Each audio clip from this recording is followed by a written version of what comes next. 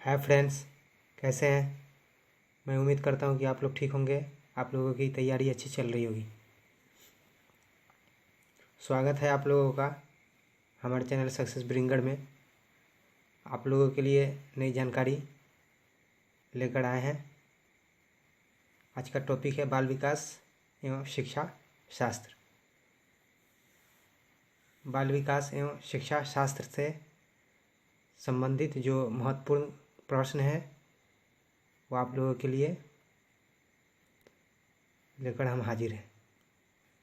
तो शुरू करते हैं आज का पहला प्रश्न।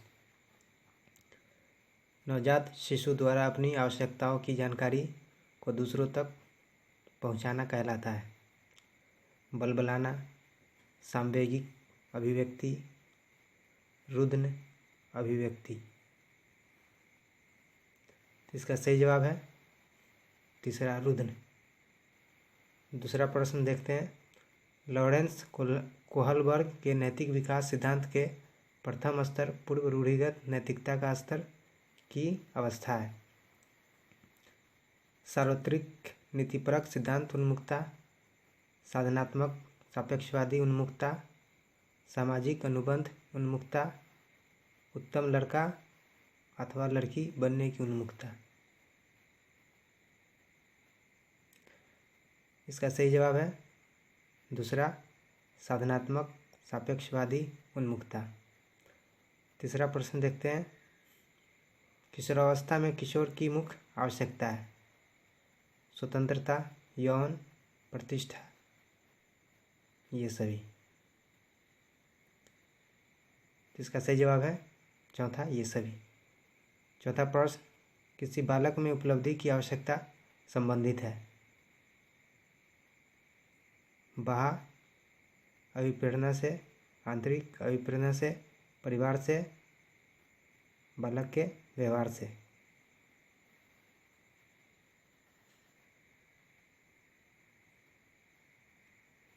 तो इसका सही जवाब है दूसरा, आंतरिक अभिप्रेरणा से। पांचवा प्रश्न। शिक्षक से समाज को अत्यधिक अपेक्षाएं रहती है, अतः उसे कहा जाता है। समाजपति, समाज कुंभकार, समाज निर्माणकर्ता, समाज पिता। इसका सही जवाब है तीसरा, समाज निर्माणकर्ता। छठा प्रश्न देखते हैं। निम्नलिखित में से कौन सी शिक्षण पद्धति बच्चों में लोकतांत्रिक जीवन शैली को प्रोत्साहित कर सकती है।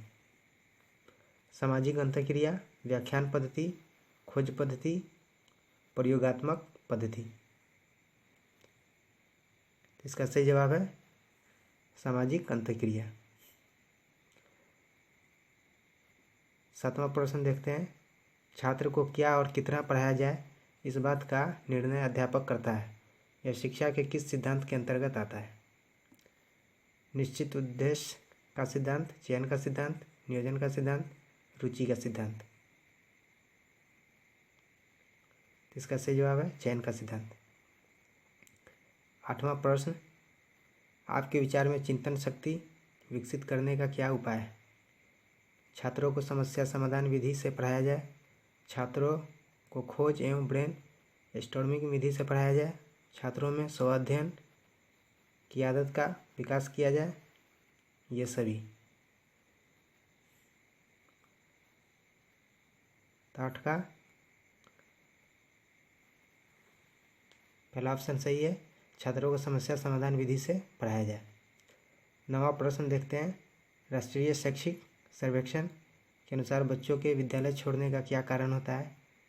विद्यालय की पाठ्यचर्या को नीरस पाते हैं, बच्चे स्वयं कार्य करना चाहते हैं, बालकों की इच्छा अनुसार पाठ्यक्रम नहीं है, इनमें से कोई नहीं। इसका सही जवाब है पहला, विद्यालय की पाठ्यचर्या को नीरस पाते हैं। 10वां प्रश्न देखते हैं। शिक्षा का रुचि का सिद्धांत बताता है कि शिक्षक को अपने छात्रों को पढ़ाने में रुचि लेनी चाहिए। शिक्षक को बालक में सीखने की रुचि पैदा करनी चाहिए। रुचि से छात्रों का जीवन संवरता है। छात्रों को जिस कार्य में रुचि नहीं होती उसे मन लगाकर नहीं करते।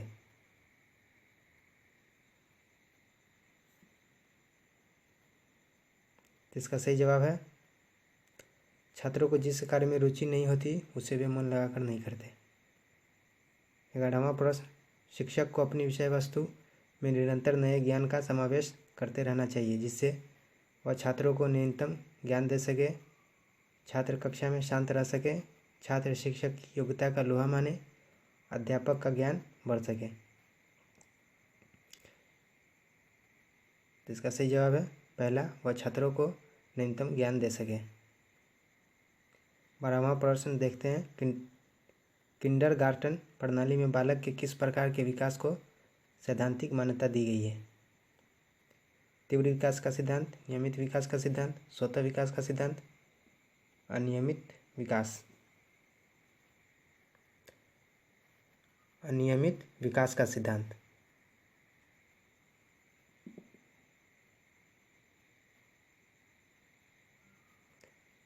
तो 12 नंबर प्रश्न का सही जवाब है स्वतः विकास का सिद्धांत। प्रश्न संख्या 13, मॉन्टेसरी शिक्षा प्रणाली का बुनियादी ढांचा लागू होता है 3 से 6 आयु वर्ग के बालकों की शिक्षा पर, 4 से 8 आयु वर्ग के बालकों की शिक्षा पर, 10 वर्ष से बड़े बालकों पर, इन सभी पर।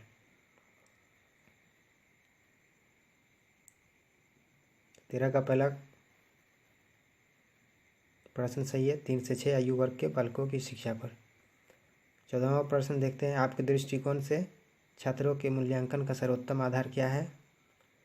विद्यालय की सहगामी क्रियाओं में उसका भाग लेना। मूल्यांकन का सर्वोत्तम आधार वार्षिक परीक्षा है। आपके साथ उस छात्र का व्यवहार।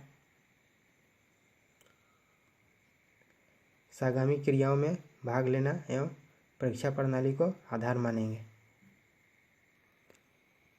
तो 14वां प्रश्न का सही जवाब है सहगामी क्रियाओं में भाग लेने और परीक्षा प्रणाली को आधार मानेंगे। 15वां प्रश्न देखते हैं, छात्रों को नियमित क्रियाकलाप कराने का उद्देश्य क्या है?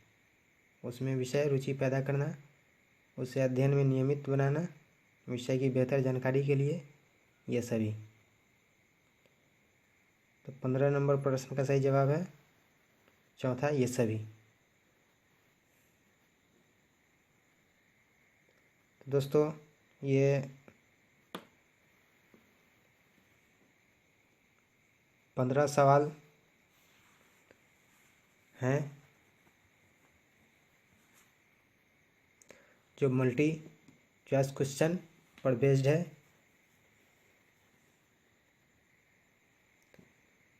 तो वीडियो में दिए गए कुल 15 प्रश्नों को पढ़िए, नोट्स बना लीजिए और इसका अभ्यास कीजिए। निरंतर अभ्यास से ही सफलता मिलने की संभावना प्रबल होती है।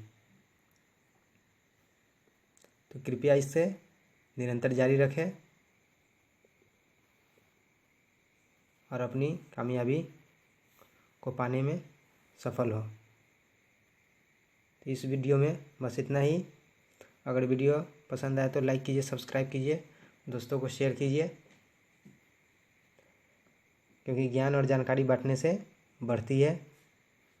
इसे अपने आप तक ही सीमित न रखें, दूसरों को भी दे, फैलाएं।